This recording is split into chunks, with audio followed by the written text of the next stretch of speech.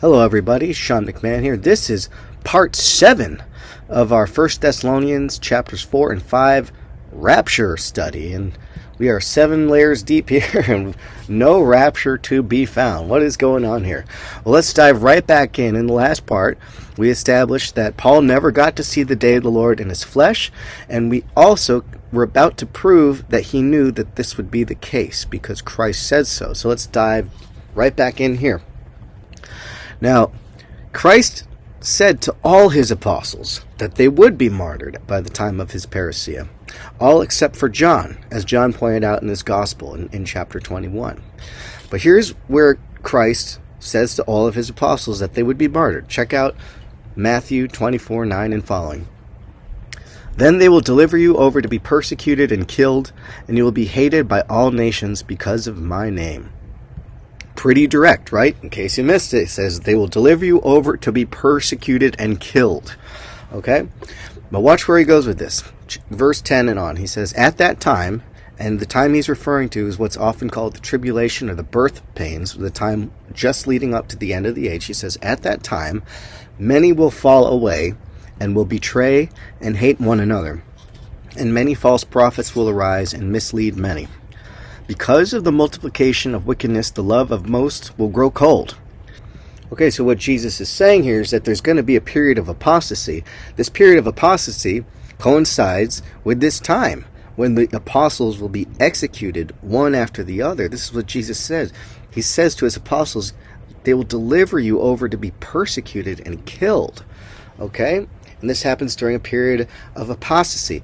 But against this background, Jesus continues, verse 13. But, he says, but the one who perseveres to the end will be saved. Okay? Wonderful. You'll be saved. Now, he says, the one who perseveres to the end will be saved. What end is he talking about exactly? Because he concludes with this. And this gospel of the kingdom will be preached in all the world as a testimony to all nations, and then the end will come. Okay? So what's he saying? Because he's talking about the end of the age. Is he saying you have to persevere to the end of the age, right? Is he saying that you have to survive until this point, until the end of the age? Would that mean, therefore, that he's saying that everyone, including the apostles themselves who died before the end, before the day of judgment, would not be saved? Again, is he saying that only those who physically survived till the day of the Lord, like John, because he said John would, is he saying that only these people would be saved? No, of course he's not saying that. That's absurd. When he says the one who perseveres to the end will be saved, he's pretty much saying exactly the same thing he promises to the churches in Revelation chapter 2. To the one who overcomes, I will grant the right to eat from the tree of life in the paradise of God. He says, to the one who overcomes, I will give the hidden manna. And to the one who overcomes, he also says, and continues in my work until the end, I will give authority over the nations. By the way, that's an interesting one. Maybe we should come back to that one, authority over the nations. We'll come back to that one. But it goes on like this. But I think chapter 2, verse 10 in Revelation is perhaps the best example to make it crystal clear what Jesus meant in Matthew 24 about enduring to the end to be saved. Because in this part of Revelation, he says straight up, be faithful even unto death, and then I will give you the crown of life. Okay? So that's what it means to persevere to the end. Be faithful to death. Jesus is literally commanding his churches, his lay disciples, in other words, to be faithful unto death, to die for him, right? If he's commanding lay disciples in the 7 churches of Revelation to die for him, how much more so the apostles, the founders of these churches, the leaders of these churches. And this was an explicit prophetic charge that Christ gave to the apostles specifically in Matthew 24, that they would be handed over to be killed, okay? Well, Paul, an apostle, knew he would be included in these numbers, right? He said, am I not an apostle? In 1 Corinthians 9:1, of course he was an apostle. He's known throughout history as Paul, St. Paul the Apostle. And Jesus had said to all the apostles, except for John, they will deliver you guys over to be persecuted and killed. Okay, Jesus said that all of these things would happen before his parousia. So Paul knew. He he was not going to physically survive until the day of the Lord because of this commandment from Jesus, because of what Jesus said. Now, if he knew he wasn't going to physically survive until the day of the Lord, how on earth could he have written in 1 Thessalonians 4, we who are alive and remain unto the parousia of the Lord, we, as in myself, Paul included, unless he had some other meaning in mind? And indeed, we've already shown that he provided the interpretational keys to this other meaning, a profoundly spiritual meaning at that, in 1 Thessalonians 5. And we've established previously that the spiritual meaning is this, that to be alive is to remain in the parousia, or better translated, the presence of the Lord. To be alive is to remain in the presence of the Lord, right? Because God is life. In him is life, and the light is the light of men. Therefore, to be with him is not just to be alive, but because life is the light of men, it also means to be a son of light, right? And a son of the day, etc. All that language ties together in this way. And there's still more to it than this, too. Because to remain in his presence is, in fact, to overcome and to persevere to the end. And this is no suggestion, right? This is a commandment. This is a commandment from Jesus. And let's look at how Jesus himself frames this commandment in John 15 at the Last Supper. Now, this is where he says, abide in me and I in you. And that's how the King James Version reads it. Let's go with a more literal translation. This is how Young's literal translation reads. It says, remain in me and I in you. Abide and remain. They're basically synonyms. Let's read it this way. That way we can catch all of the parallels here, okay? So, remain in me and I in you. As the branch cannot bear fruit of itself unless it remains in the vine, neither can you unless you remain in me. I am the vine, you are the branches. He who remains in me, and I in him, bears much fruit, for without me you can do nothing. If anyone does not remain in me, he is cast out as a branch and is withered, and they gather them and throw them into the fire, and they are burned. Pause. The fire. So in John 15, Jesus is actually invoking the day of judgment language here. This is an eschatological statement, therefore. Let's continue. If you remain in me, and my words remain in you, you will ask what you desire, and it shall be done for you. By this my Father is glorified, that you bear much fruit, so you will be my disciples. Okay, now listen carefully to what Jesus is about to say here next. In my opinion, what he's about to say here sounds a lot like this isn't a new commandment thing that John was talking about in 1 John, and similarly what Paul was talking about when he was referring to prior instructions in 1 Thessalonians 4, because this next part that Jesus brings up is about brotherly love. Here's what he says. As the Father loved me, I also have loved you. Remain in my love. Oh my God, is this beautiful. Don't forget those words. Remain in my love. Remain in my love. That's beautiful. He continues, if you keep my commandments, you will remain in my love. Right? That's if then. If you keep my commandments, you will remain in my love, just as I have kept my Father's commandments and remain in his love. These things I have spoken to you, that my joy may remain in you, that your joy may be full. Okay, my heart is overflowing when I read these words. This is beautiful. This is the Son of God exhorting us to love. It's so beautiful. Let me catch my breath. Okay, let's think now. Let's back to theology. Let's think about how this relates to Paul's teaching about those who are alive and remain unto his parousia, or his presence. Okay? Because, well, I think we just found here in John 15 the source of Paul's teaching. Because again, as we established at the beginning of this study, Paul's explicit stated purpose for his concluding 4th and 5th chapters of 1 Thessalonians was to ask and encourage them to excel more and more. And in what way? He says, about brotherly love. He spelled this all right out at the beginning of chapter 4. And then, that's when he goes into his discourse about the day of the Lord and his teaching about those who remain in the parousia of the Lord. So the three elements I want to point out here in 1 Thessalonians 4 and 5 are as follows. 1, brotherly love. 2, the day of the Lord. And 3, remaining in the Lord. Well, these 3 things are exactly what Jesus was talking about in John 15. Brotherly love, the day of the Lord, and remaining in him. Okay? But what takes me aback and blows my mind and fills my heart with reverence and love and fear of God is how Jesus restates his theme of remain in me and remain in my word. He says, remain in my love. Now, isn't that beautiful? I think that's unbelievably beautiful. As he always does, Jesus makes it about love. And so, since John 15 is the source of Paul's teaching in 1 Thessalonians 4 and 5, so has Paul also made it all about love, in imitation of Christ, right? Therefore, what this all reveals to us is the following. The pastoral interpretation of remaining in the presence is to abide in his love, excelling more and more, because this is the pastoral purpose of 1 Thessalonians 4 and 5, and that is Jesus' commandment, by the way.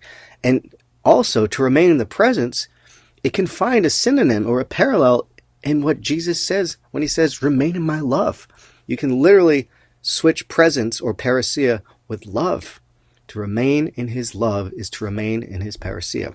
Because this is what it means to persevere to the end, to overcome. Which brings us to the eschatological aspect of this teaching, which is to remain faithful even unto death. To remain faithful, to remain in his word, to remain in his love even unto death. This is what it means to persevere to the end, and therefore to remain unto his parousia.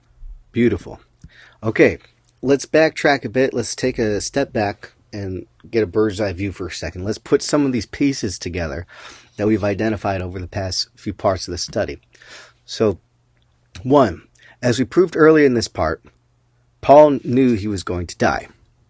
And yet he was not concerned that he wouldn't be saved because, 2, we've also proven that Christ didn't teach that those who merely survive physically till the day of the Lord would be the only ones saved. Repeat, Christ did not teach that those who merely survive physically till the day of the Lord would be the only ones saved.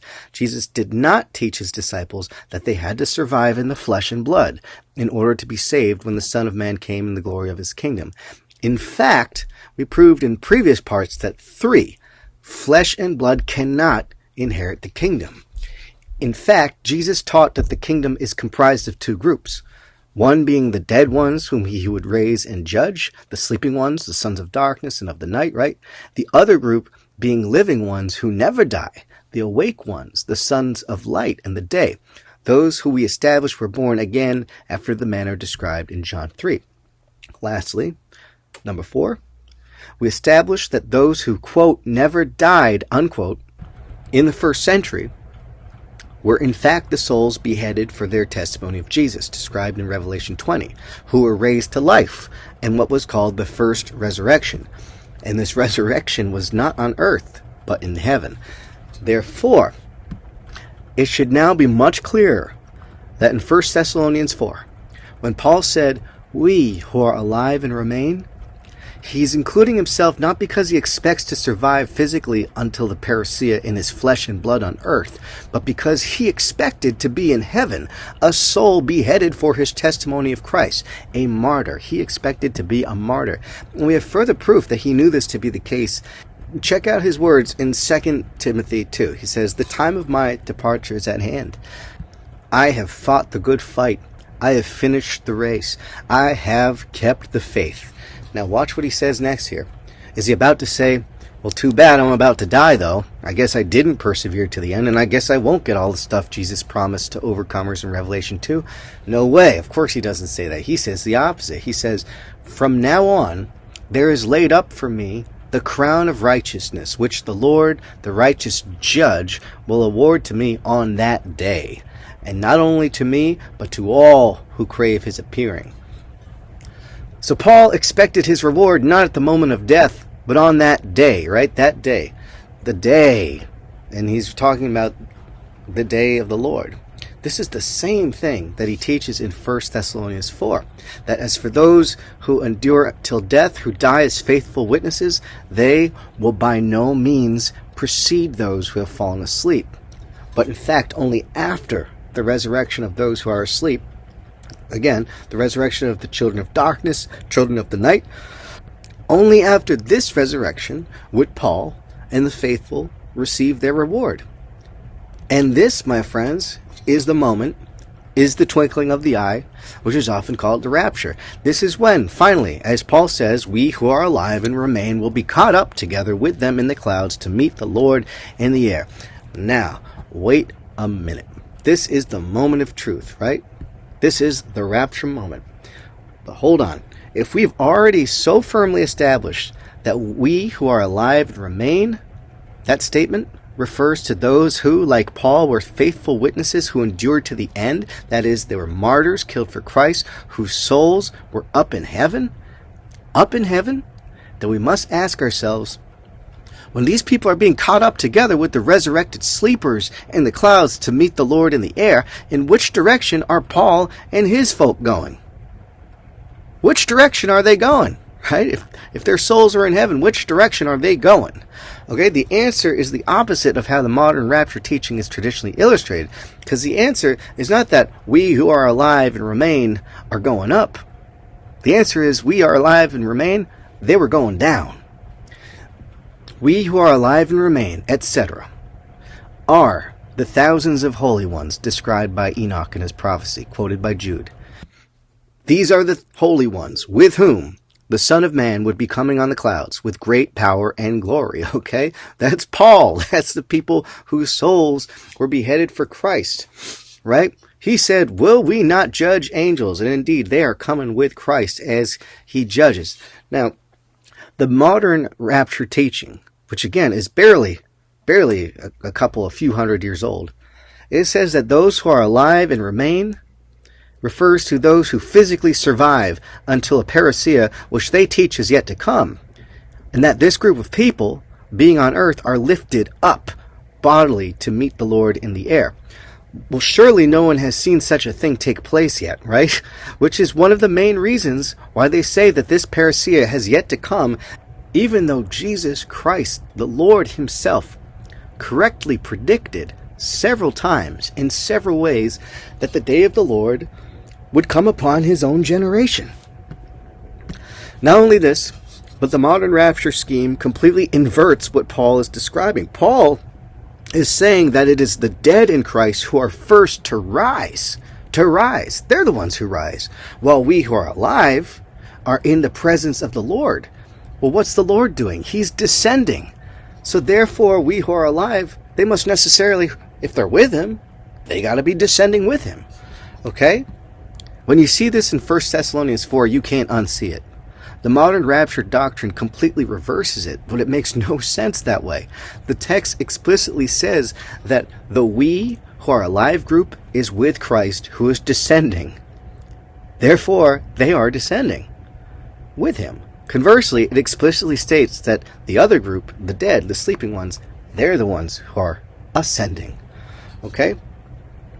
Okay, now, what exactly it means when the dead ascend or when they rise, we'll be getting that into the next part and the parts to come.